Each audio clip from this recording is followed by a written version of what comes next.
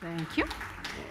And welcome, everyone. So you represent academia, so I'd like you to do some grading right now. What grade would you give to the system of higher education in the United States when it comes to preparing our American students for the future of work? Jason? Well, first of all, Kathleen, thank you. It's a pleasure to be here. What grade? It's a very diplomatic question to answer, a political question to ask. I won't give a grade, but what I will say is that I spend a lot of time speaking with corporations, asking them, what is it that you need our graduates to be able to do to satisfy you from a skill-based perspective? And they would give us a C. They would give us a C for diversity, they would give us a C for skills that are relevant to their workplace, and they would give us a C for having the type of globalization that they're looking for in terms of interests. Junius? So I went to a college where you could take every course pass-fail. So for right now, I'd lump the entire system and give it a pass. Okay. But I think as Jason was talking about, there are other sort of outcomes in terms of grading, right? Like our institution being 7th in the country for enhancing social mobility in its category. And as you know, it's complicated. There's a lot under the one higher ed system. Susan? I'll play on both of these. I believe in the pass-fail system, and I really resist giving grades because I think it also depends. Higher ed is a very big category, Yes. and I think it really varies. I'm in a professional school, and I think that overall the grade would be maybe a B minus. Let me give you some numbers, and we'll see, audience too, let's see what you think here. Total student loan debt in the United States stands at an all-time high of $1.5 trillion. 7 in 10 seniors graduate in debt, owing an average of about $30,000. That is starting salaries for new college grads have grown less than 1% over the last 2 years, remaining at about $50,000 a year. Nearly 50% of today's college graduates are underemployed, in other words, working in jobs that don't even require a college degree. And in a poll this spring, 42% of adults surveyed said their college degree was not worth the debt that they had accrued. So Susan, I would say, it's not surprising that some believe this system has failed American students. Yes. So in our institution, it's interesting because we can counter some of those. When we survey our students 5 years out, 10 years out, they actually say they learned more than they thought they learned. And we also know a lot of research on return on investment. So again, this is particular to the professional school of business, but the return on investment of higher degrees there is, 250%, 350%.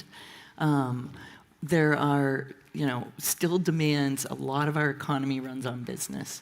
Business is a really complex problem. To prepare you for that, whether you're going at it from a social enterprise perspective or Goldman Sachs or whatever you want to do, it's a complex, messy set of problems. How do you grow a business? How do you fund it? How do you keep it sustainable over time? And the only thing you can do to prepare for that is to get a degree, really. So I think that's, we saw on edX, the platform for MOOCs, 10,000 people were queued up asking, when are you going to have an MBA? So there's really latent demand. Still, there's, for some of these degrees, there's no alternative. So I was going to comment just in disaggregating, some of the numbers. I'm now at a private institution, and the average undergraduate loan burden is exactly the same at $25,000 as it was for undergraduates who had loans in the UNC system, and particularly at UNC Chapel Hill. So, but I do believe there are lots of efforts going ahead to try and help students and their families, shall we say, economize by combining bachelor's and master's programs in accelerated time and so forth. And then, of course, you want to look at job placement rates and not just at starting salaries, because depending on where students are, for example, I was in El Paso for a while, they chose to stay there, and salaries were lower than Dallas, Houston, et cetera. Well, that's what I was going to ask you to elaborate on, because you have, you're right now, in New York at the Institute of Technology, but you've done stints at universities in Texas and in Florida. And are you concerned about this pricing aspect, are you seeing universities respond? I mean, do you have a concern that higher education could go back to becoming this, bastion of the privileged? So I think there is that possible potential. And again, you have everything from sort of for-profit universities down to publics, et cetera. I think it really takes a collective to determine, and institution by institution or at the state system level, for example. In legislation, it was that tuition was to be as practicably free as possible. And the commitment to that and how to align everybody from administrators on down to frontline workers to do that. So I think there are ways, but there are concerns about escalating costs, particularly at some institutions, and loan burden for certain professions. Let's say medical school, where I went. Huge, right? And Kathleen, I'd like to follow up on what Junius said, and back to your question about the value of education. So to this point, higher education has really experienced a golden age of value-based approaches, because what has happened from an admission standpoint and a placement standpoint on the job front has been good for us, relatively speaking. But when we're talking about the future of work and we're speaking with corporations and we're asking them what they need, we don't necessarily have the right setup in higher education to be able to close that gap. That's what I was wondering. How do universities determine what skills their students need to graduate with, and that they are graduating having learned those skills? That's exactly. It's an interactive and iterative process, right? So we need to be able, at Columbia University, we're spending a lot of time now at the School of Professional Studies talking with the major employers around the world on an annual basis. That means we have to take the responsibility of changing our curriculum every semester. And we didn't used to have to do that. We used to be able to do it every 5 years, maybe even 10 years in some points. Now we have to force our faculty to learn new skills to pass on, and we have to change it. It's a lot of work, but that's how we remain relevant to the people who are spending the money. And so when you get into the questions about is it valuable or not, it's only valuable if a company says, this is what I need right now to hire. We go back into our instructional design process. We tinker with our curriculum. We change it directly for what employers need right now and tomorrow. But are most universities doing that? Most universities are not doing that. Most schools, even in our university, aren't doing that. So it's a new phenomenon. So as I said, it used to be that we had the luxury of being able to offer a service that allowed students to learn how to be analytical and problem solve and be creative thinking. Liberal arts education was supposed to set you up for a range of opportunities. Now we need to be much more narrowly focused and train people on the specific skills, the specific competencies that employers want. And so there's a debate about whether we should throw away some of the arts and sciences core content and curriculum. Well, let's go there. Let's go there, because I personally was a little astonished to learn that at least in 14 states around the country, they have decided to allow seniors or graduating high school students to use computer programming or coding courses to meet their foreign language graduation requirements. Yeah. I mean, mon Dieu, quelle horreur, c'est bête ça.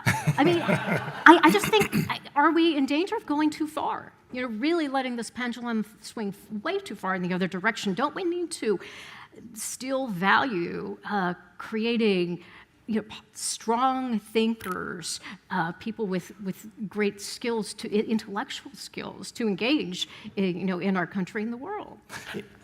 So quickly, the answer is, in higher education, we are holding our ground, much to your happiness, I'm sure, and we're maintaining the curriculum, generally speaking, that we have delivered for decades and decades. But corporations are saying, okay, well, if you're going to hold your ground in that way, we'll do it ourselves. So we'll either train ourselves internally for the skills we need, and we will bypass you, higher education, or we will go out and hire contractors, and we will take part in the gig economy, and we will just skip higher ed. In the panel that I just led, though, the employers are training less than ever before. So yes. I don't know that I buy into that. Well, that's the bet that they're hedging. So they're either using contractors, or they're training, or they're going to higher ed, and they're finding the places where the curriculum is being tweaked in the way that's relevant, which we three are doing. Right. Well, Susan, on that point, tell us about what you're doing with this new $24,000 online MBA. At your university, because that is obviously much less expensive than the in-person version. Where did this come from? Is this in reaction to this affordability and this accessibility debate? Well, it comes from a lot of places, and at some level, it's also opportunistic, to be honest. But one thing it builds from is what you were talking about, Jason, and it has to do with the fact that the higher ed market it fragments, it grows, it creates new segments. Yeah. And so in a portfolio of graduate programs, you can have some that are more focused, like the general MBA, the general undergraduate, on a broad set of skills that are ever-changing. How do you solve a problem? How do you deal with adversity? How do you recover from failure? How do you deal with complex data to tell a story? Those are, I think, evergreen and eternal. And then you can have in your portfolio some programs that are very focused. Business analytics, boom. I'm coming out of undergraduate. I was a biology major. I want to migrate into business. I'm going to learn analytics, and I am all about skills. So you have a portfolio. The online MBA for us has been interesting. I mean, there is no doubt we have like a bigger mission of creating value for the world. And we definitely look at the online MBA with its accessibility and affordability and access on edX as definitely centrally fulfilling that mission. But, we're also a business school, and I've got to say the business proposition is also super. It's, again, a growing market segment. There, we have 300 applicants right now. We haven't even launched. We start in fall 2020. We haven't done marketing. You have 300 applicants. Yeah, No and more. there's latent demand there, and the students are tremendous. They have more work experience than any of our MBAs, even our executive MBAs, 9+. They're older, maybe 33-ish. They're in established mid-careers, and they're trying to get to the next level, take on management responsibilities, and something about their lives just has never allowed them to do that. The commute to 3 hours to get to and from the school maybe, or the kids that are at home, or, whatever else it is. So, when we partnered with edX, they said there were 10,000 people in their wait list asking for this degree. Wow.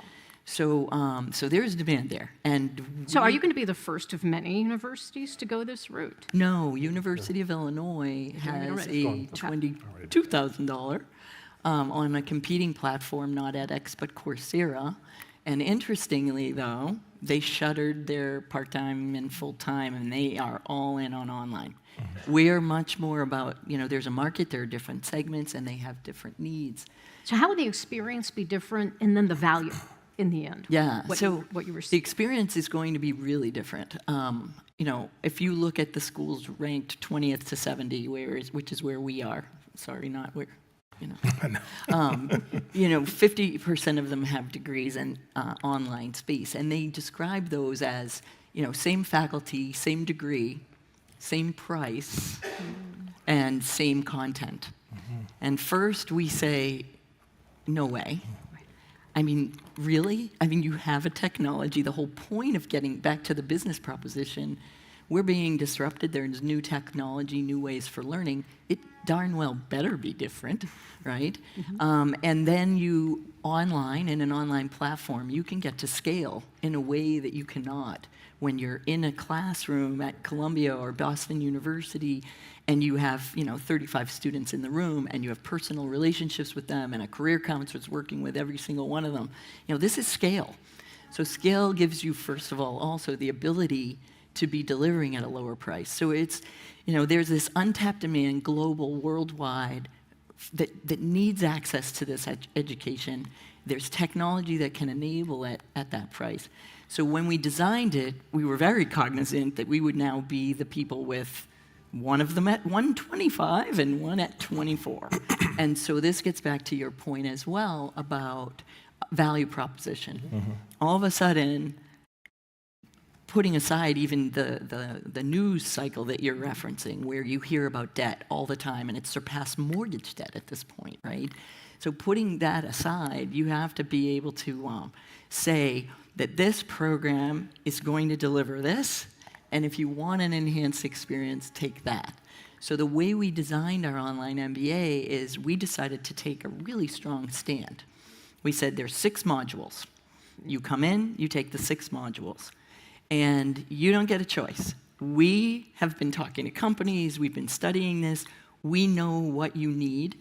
and we will give it to you, and then you will be done.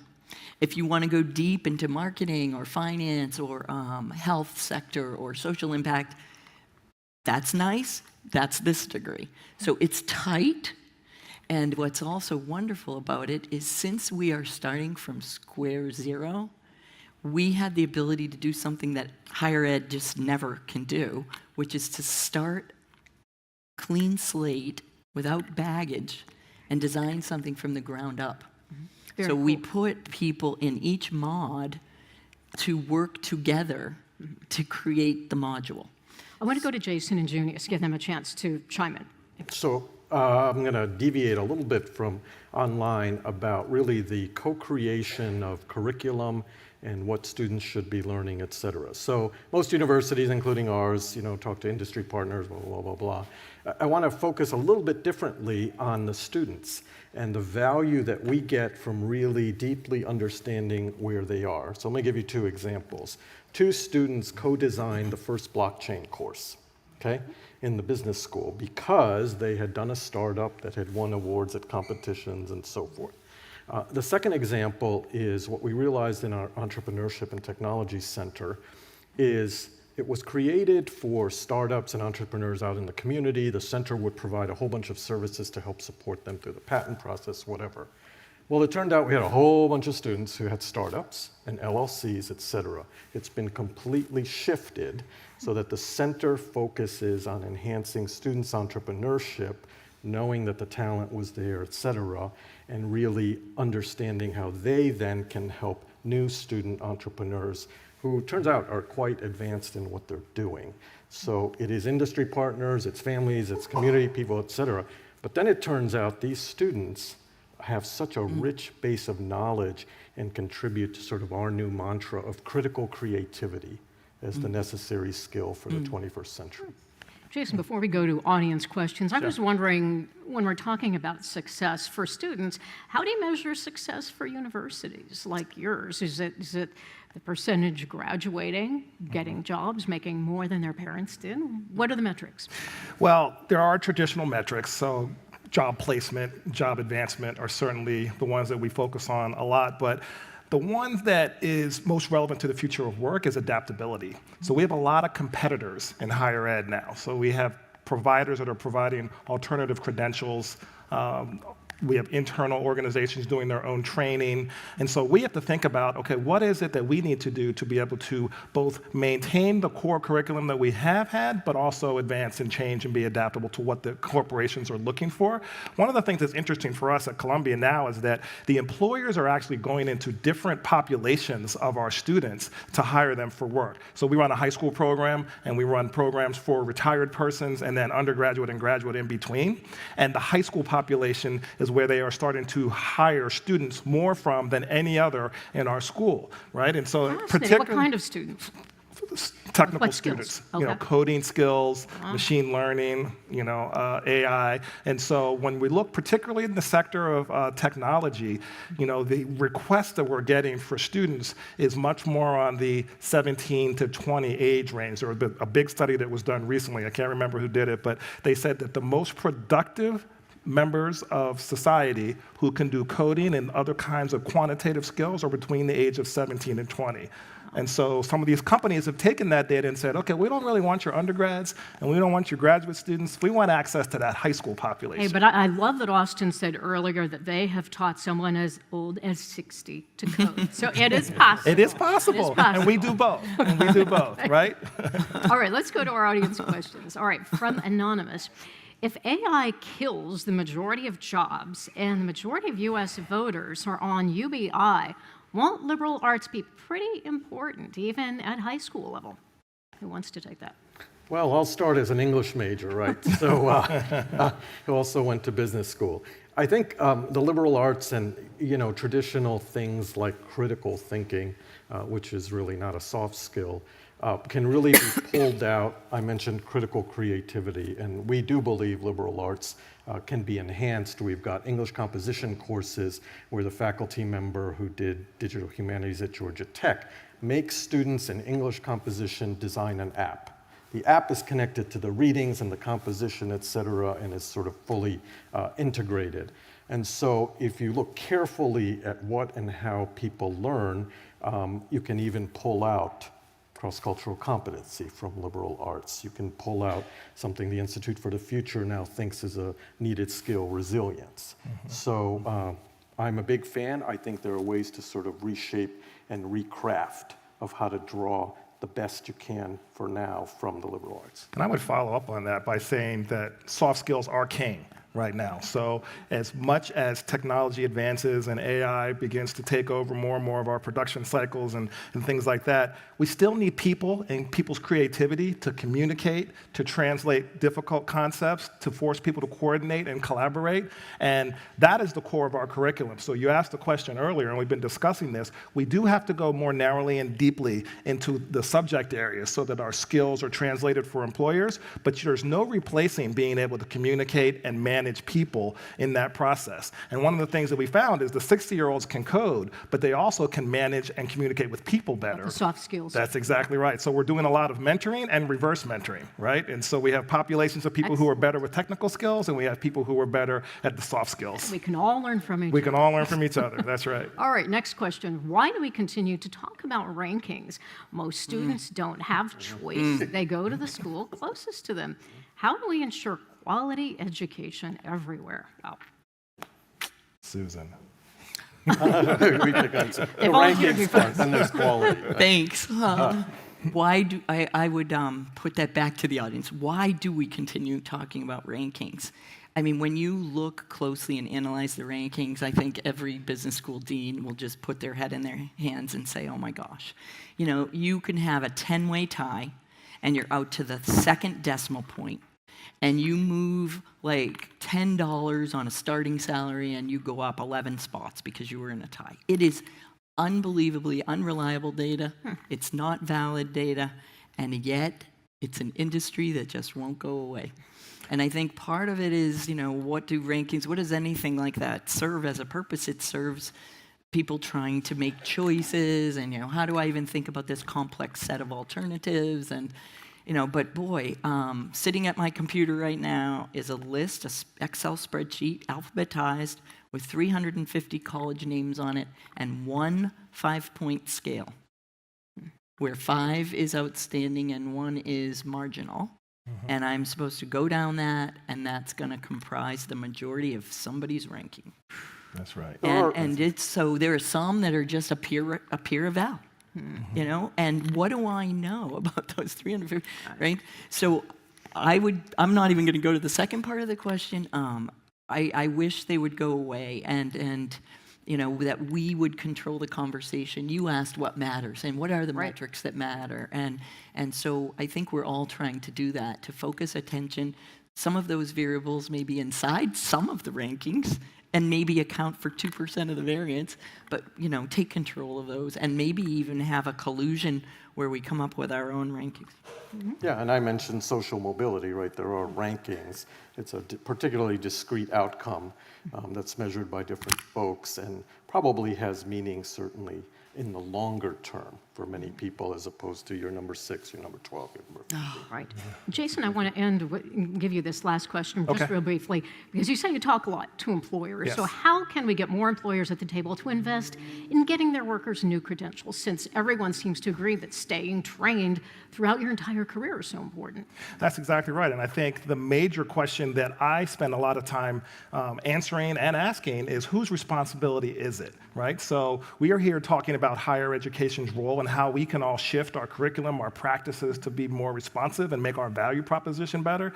But the corporations on the other side are saying, should you even be at the table anymore? Do we still need you as higher education providers, or is there another way? You know, maybe we do a little bit ourselves, maybe we pick from here, pick from there. And so we need the corporations, the employers, to be able to tell us a little bit more about what they want. We need to be responsive to that, as we all have said, and we are trying to be adaptive, but we also need to be very cognizant of the competitors that are starting to bubble up around. There are all different types of alternative, as I said earlier, alternative credentials and starting earlier. But the main point of this question is that it's a lifetime of learning. You know, gone are the days where you go to school and you learn something, however you learn it, and you pay for it, and then you're done. And maybe you pick the right discipline, and maybe maybe you didn't. I have a daughter who's in college now. And so my wife and I are always asking the question, is the money that we're spending going to be worth it? And the answer is no. We have to keep spending and keep spending. And so the question is, when do you stop? But my daughter, is going to have to continue to learn throughout her lifetime.